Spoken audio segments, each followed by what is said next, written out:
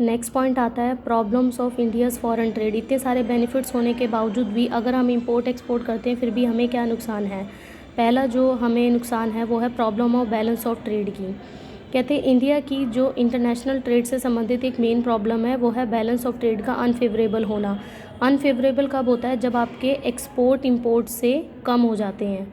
जब export import से कम हो जाएंगे तो हमारा अनफेवरेबल बैलेंस हो जाएगा, और अनफेवरेबल बैलेंस होने की वजह से हमें फ़ॉरेन से लोन लेना पड़ता है जिसका इंटरेस्ट हमें पे करना पड़ता है, और जो भी हमारी इनकम जनरेट होती है वो सारा पैसा हमारा लोन देने में ही निकल जाता है।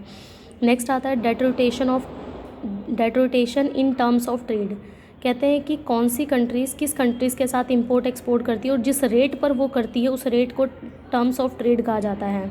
कहते हैं भारत के अंतर्राष्ट्रीय व्यापार की एक मेन प्रॉब्लम जो है टर्म्स ऑफ ट्रेड ही है, क्योंकि वो अनफेवरेबल रहने की वजह से काफ़ी सारा जो हमारा पैसा है वो ज़्यादा कंट्रीज़ के पास चला जाता है। इससे हमारा अनफेवरेबल इफेक्ट पड़ता है हमारी कंट्रीज़ के ऊपर। नेक्स्ट पॉइंट आता है less growth in export of primary products.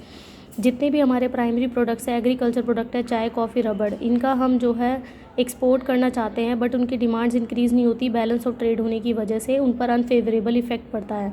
Unfavourable मतलब जो डेवलपिंग कंट्रीज़ है वहाँ पर पॉपुलेशन बहुत कम होती है जिससे डिमांड कम हो जाती है और हमारे प्राइमरी प्रोडक्ट जो है सेल नहीं हो पाते हैं।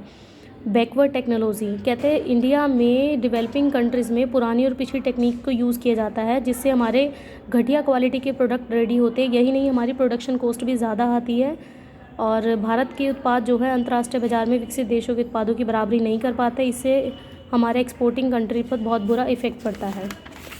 नेक्स्ट पॉइंट आता है आपके असेंशियल्स प्रोडक्ट्स।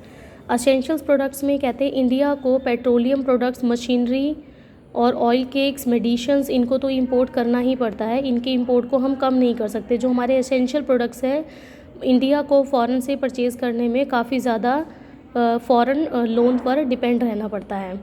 डंपिंग में क्या होता है कि एक कंट्रीज़ दूसरी कंट्रीज़ को नुकसान पहुंचाने के लिए ऐसा करती है।